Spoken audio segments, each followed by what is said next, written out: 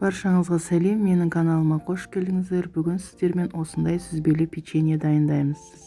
Бізге керекті заттар ол жұмыртқа, қант, ванилин, бөлме температурасындағы сары май, сүзбе, яғни творог және ұн қажет болады. Осы заттарымызды құрғақ ыдысымызға біріктіреміз. Сүзбеміздің үстіне 2 жұмыртқамыз саламыз. Оның үстіне ерітіп тұрған сары майымызды қосамыз.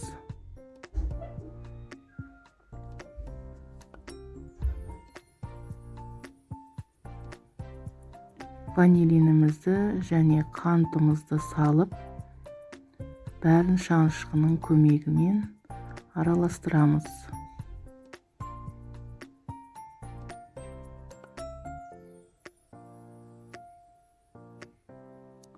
Бізде осындай масса пайда болады. Осы массамыздың үстіне ұнымызды біртіндеп бөліп салып отырып, қамыр илейміз.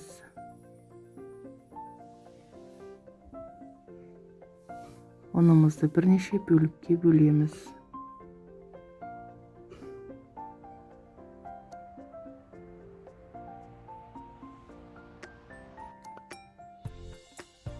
Міне осындай қамыр шықты. Енді қамырымызды аламыз да 2 бөлікке бөліп аламыз, өзімізге жайғанға ыңғайлы болу үшін.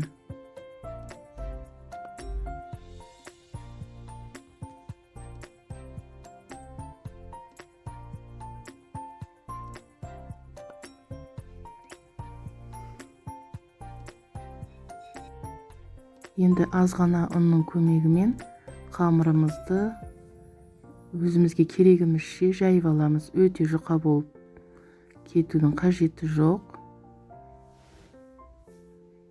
Және де арнайы форманың көмегімен, стақанның көмегімен осылай қамырымызды ойып аламыз.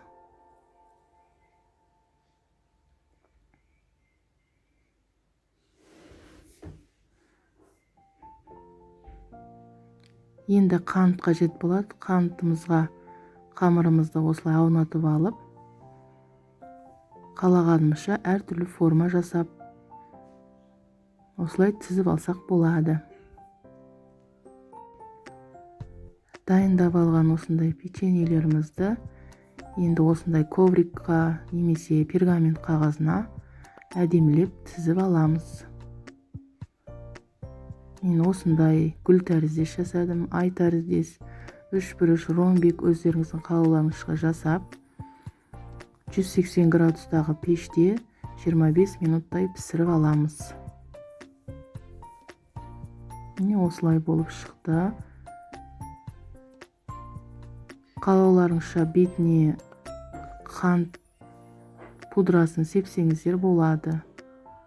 Сіздермен болған Мақпал.